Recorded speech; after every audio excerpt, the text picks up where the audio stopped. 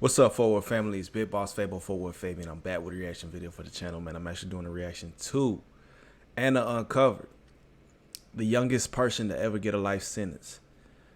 So this dropped a while back, actually, but interesting true crime documentary. I thought I should take a look at it. I've never done a reaction to Anna Uncovered. Not familiar with the content creator, but if you have some insight, put it down in the comment section down below. This documentary about 17 minutes or so. So let's go ahead and hop into the video. Like I always say, engage with the content. That only helps me on the platform in terms of YouTube pushing my videos out. Excusez-moi. So yeah, man, let's go ahead and hop into the video.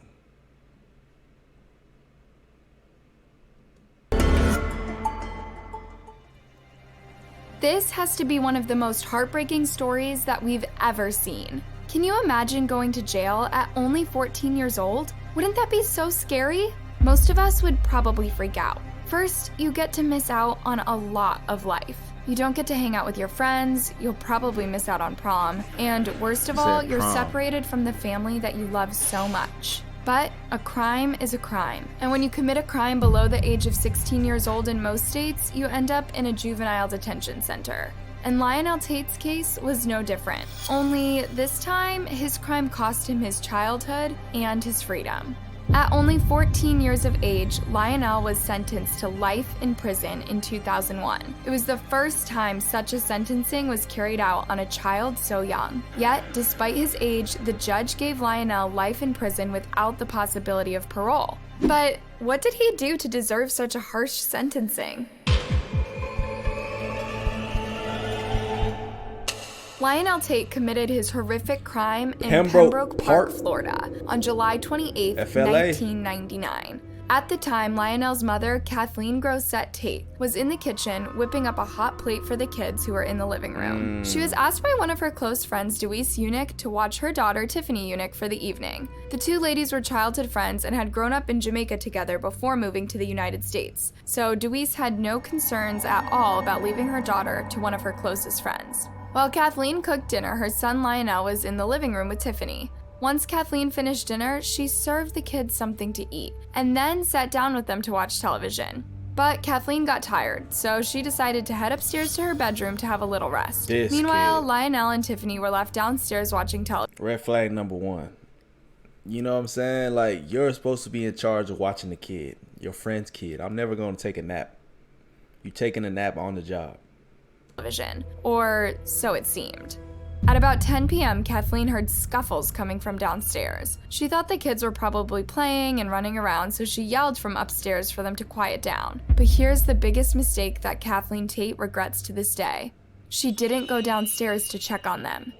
40 minutes later, at around 10:40 p.m., Lionel goes up the stairs. He goes into his mother's room and tells her that Tiffany is completely still and not breathing at all. Kathleen is shell-shocked. According to Lionel's version of the story, he and Tiffany were copying a couple of wrestling moves that they had seen on TV from a popular wrestling promotion company. Lionel, at the time, was 170 pounds and was wrestling a 48-pound Tiffany before she stopped. This kid is what, 14? And he's 170?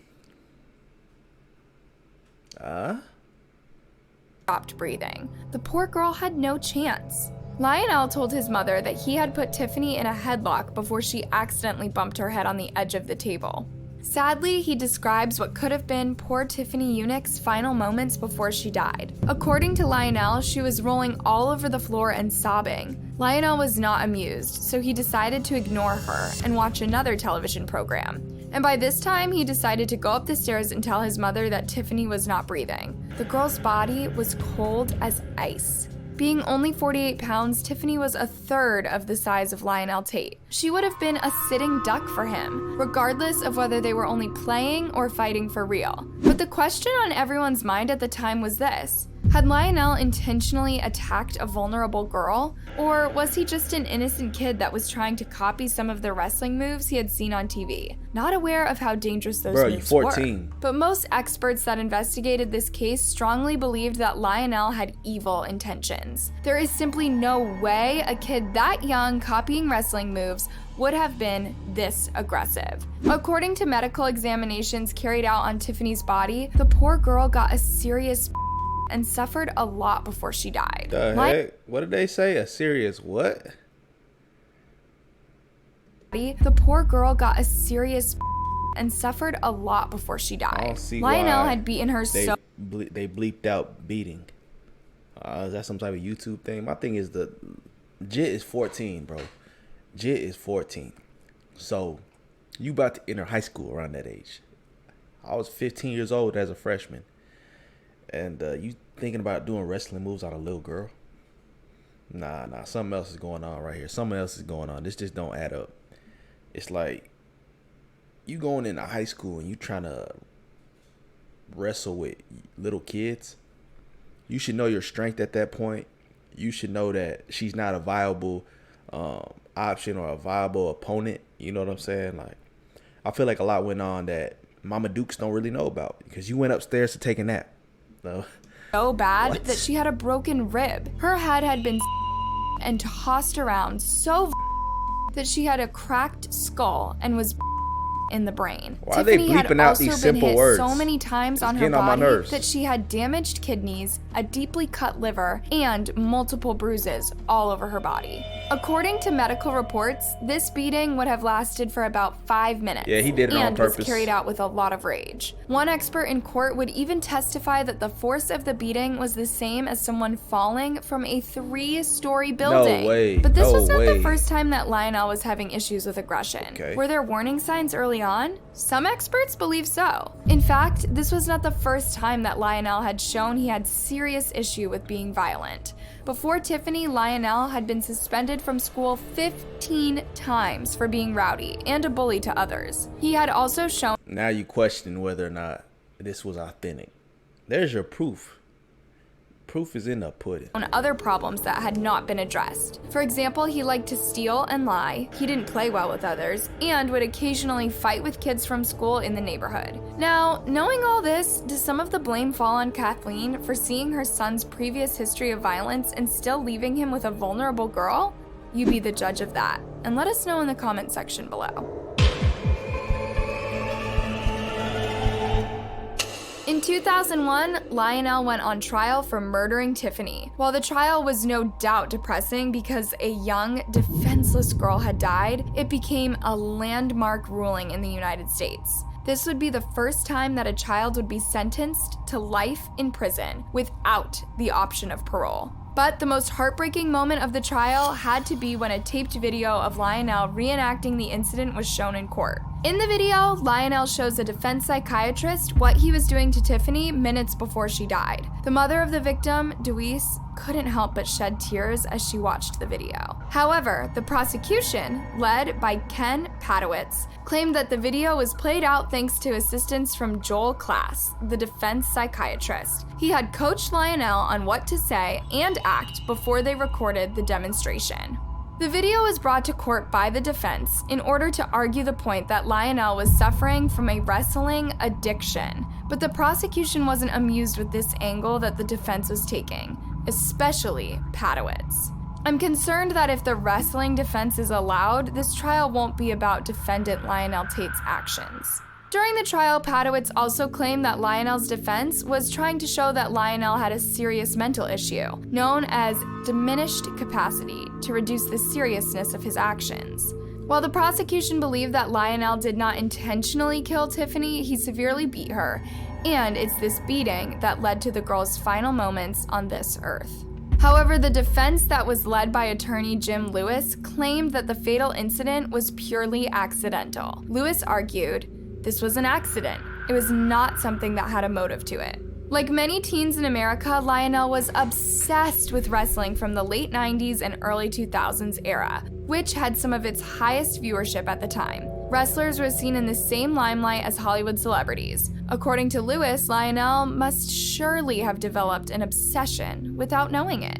Why? Because he was too immature to realize this, and so he had no idea that practicing life-threatening wrestling moves on a defenseless 48-pound girl could cost her life.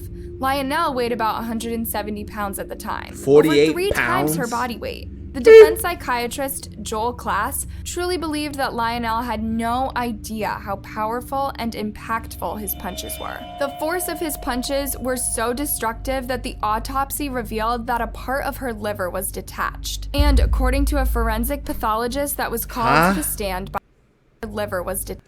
Bruh, a part of her liver was detached. Whoa. Homie was doing unspeakable things.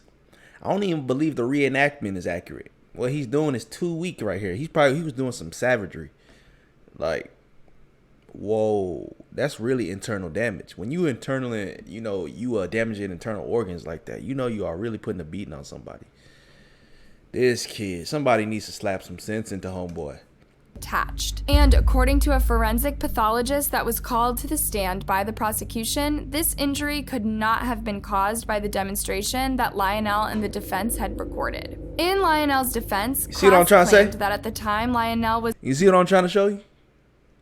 not as emotionally mature as most boys his age. And so this he kid might is a not have linebacker. known that he was He's hurting big. Tiffany. At least, not as badly as he was. However, the prosecution presented psychological tests that showed that Lionel had an average IQ at worst, despite scoring seriously low on the end of average. Dummy now, boy. Back to the video, which was recorded in Kathleen's living room where Tiffany died. In the video, Lionel went on to show how he wrestled with Tiffany, pushing her hard. She lost her balance, stumbled, and hit her back badly on the couch, which made her start crying. Lionel then demonstrated that he went on to hit her about 40 times. After he was done hitting her, Lionel asked her if she wanted to play ropes, where one wrestler throws another wrestler towards the ropes where they bounce back. According to Lionel's claim in the video, Tiffany agreed, so he grabbed her by the arm and swung her with all his strength. She went body first into the metal banister on the staircase. In the video, Lionel claims that after seeing she was hurt,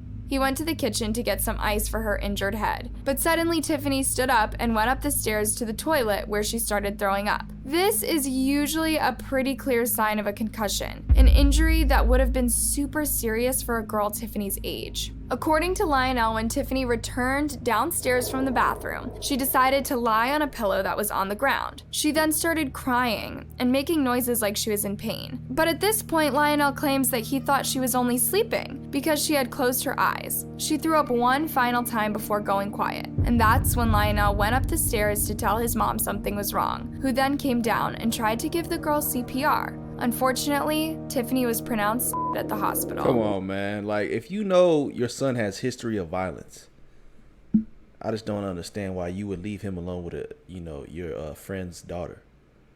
I'm just lost. I'm lost. Maybe she didn't expect he would do this to a little girl, but at the same time, I'm not. If I'm the person that's supposed to be watching my friend's child, I'm not taking a nap, bro. I don't care how tired I am. And if I'm going to take a nap, I'm going to take a nap on the couch next to the kids as they're watching TV or something like that. Just goofiness, man. Goofiness. In a truly heartbreaking moment in the video for both mothers, Lionel claimed that he and Tiffany both liked each other and got along pretty well. Cap. And according to defense psychiatrist Joel Klass, Lionel was telling the truth. I have not, in 24 sessions with Tate, seen one iota of malice toward Tiffany. Okay. However, the prosecution didn't buy it. They told the court that Lionel had a long history of being aggressive with others significantly smaller than him, going back to when he was in kindergarten. What's even more interesting during the trial is that Lionel's story kept on changing. At first, he had said that Tiffany might have from a bear hug that he gave her. However, he later changed his story to say that he wrestled her before hitting her 4 times. And in the video, Lionel gave yet another version of what took place that evening. But one thing didn't seem to add up. According to the prosecution, why didn't the video explain some of the serious 30+ injuries that Tiffany suffered that contributed to her passing? Why were there so many plot holes in Lionel's version of the story? It just didn't add up. In his defense, Joel Klass told the court that Lionel had confessed to him that he had at first lied to the police about what had taken place because he was scared to go to jail. Yet after seeing all this supposed evidence, the judge and jury were annoyed about one thing. Why didn't this reenacted video show that Tiffany had asked or even begged Lionel to stop hitting her? She surely must have felt the pain, right? During the trial, the prosecution first offered Lionel to take a plea deal for a lesser charge of second-degree homicide. This means he knew what he was doing could kill Tiffany, but he didn't plan to end her life before the incident. But in this deal, he would serve a 3-year prison term. But the defense and Lionel's mom were not having it. They rejected the plea deal and instead chose the option to plead Lionel's innocence to first-degree homicide, with the hopes that Lionel would be acquitted. According to Kathleen and the defense, they argued that the incident was completely accidental and that he was simply imitating the moves of one of his favorite wrestling shows. At the time, Lionel's trial had made national news, and the whole of America was watching keenly what judgment would be given. It's safe to say that there and then, Lionel's life was in the jury's hands. After 2 weeks of deliberating, the jury finally came back with their verdict. Lionel was guilty of first-degree homicide, and he would be sentenced to life in prison without the option of parole. Dang. The news entirely broke Kathleen's heart. Lionel was also scared, and he cried as the authorities handcuffed him and whisked him away from the courtroom to start his new life in prison. As soon as his conviction was handed, several people following the trial felt that this sentence was unfairly given. How can you sentence a teenage boy to life in prison? They came out in great numbers to plead for the courts to be more lenient on Lionel. In a shocking turn of events, even the lawyers that led the prosecution felt the sentence was harsh. The judge in charge of the case responded to the prosecution with this: if they felt the sentence was too harsh, why did they charge him with first-degree homicide in the first place? But this wasn't the end of the road for Lionel Tate. He would go on to get a second chance in life. After serving roughly 3 years in prison, an appeals court decided to revisit his conviction and change his sentencing in 2003 because they felt that the boy had not been given a mental competency hearing before being tried and sentenced. During the appeal hearing, Lionel's defense decided to have Lionel plead guilty to second-degree homicide, and the state decided not to retry him. Instead, they gave him the same deal that his mother and his defense had turned down roughly 2.5 years ago. Fortunately, the appeals court ruled that because he had already served nearly 2 years of the sentence in a juvenile facility, his new sentencing would allow him a full year of house arrest, counseling that he couldn't miss, 1,000 hours of community service, and 10 years on probation. Boy, that community service, boy. Boy, oh boy. Lionel's defense agreed to the new sentencing, Lionel Tate was allowed to walk free in January of 2004.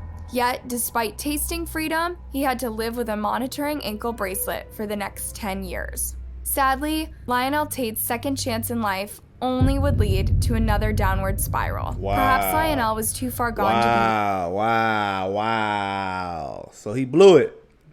Everybody giving these chances and these kids blow it. Let's see what happens. Rehabilitated. Who knows? Whatever the case may be, the teen seemed to find himself in trouble once more and facing the law head on.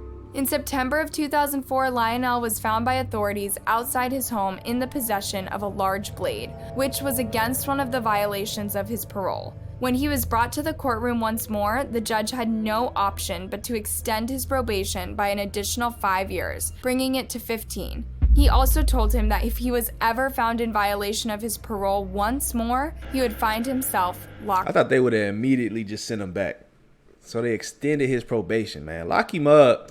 In prison. He a goofball. For about 8 months, Lionel managed to stay away from trouble and avoid any confrontations with the law. Go. But in May 2005, Lionel's run of good luck and fortune finally ran out. After the police rounded up a few suspects, including Lionel, the teen was found guilty of violating his parole by participating in an armed burglary. According to reports, the pizza man that had been robbed identified Lionel as the one holding the weapon. Lionel was also charged with armed burglary with battery. Certain that the court wouldn't take it easy on him this time around, Lionel told the judge that someone had been whispering in his head and telling him to end his life. The judge, therefore, ordered a psych eval to be carried out on Lionel. The evaluation found Lionel to be capable of critical thinking, and therefore he had no option but to stand trial. Unfortunately for Lionel, the prosecution had overwhelming evidence against him, and so Lionel pleaded guilty to being in the possession of a firearm, which was a major violation of his parole.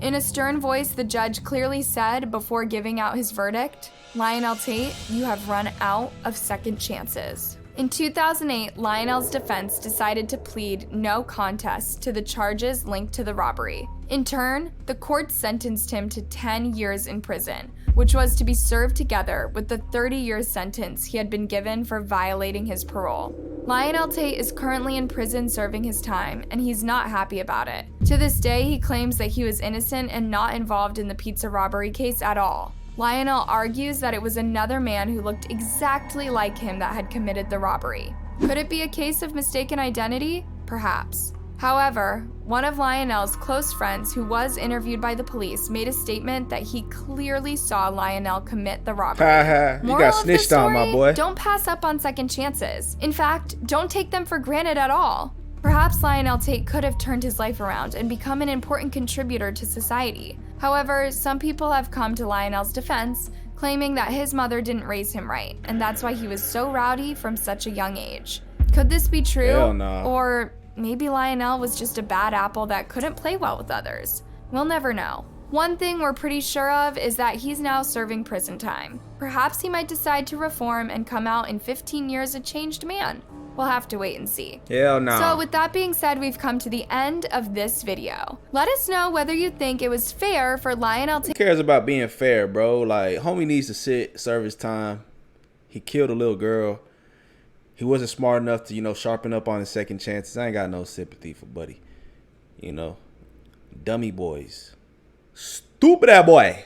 With that being said, man, that's the detriment of not having a father in the household, man. A lot of these, I ain't gonna lie, single parent households tend to be, they raise degenerates. So it's crazy, man. It's crazy. You need to have that last line of defense, to be able to set the standard and check some of these kids, especially these young boys growing up, because they don't like to listen to any type of authoritative figure. Really your dad is supposed to be that, but crazy stories, man. It's just clown world stuff, bro. Goofiness. You know what I'm saying? Like, you taking a nap while you supposed to be watching your friend's kid, huh? Especially you got a son who's got history of violence. What are you doing? Let me know y'all's thoughts on this one in the comment section below. Like, comment, subscribe, hit the notification bell. Follow me on Instagram, Twitter, FortWorthFabian. With that being said, I want to say RIP to the young girl that lost her life in this.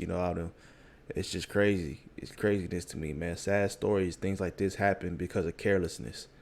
You know what I'm saying? So, condolences out to the family. RIP to the young girl.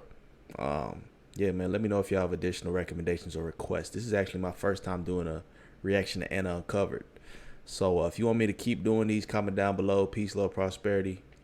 We'll catch you guys in the next reaction video.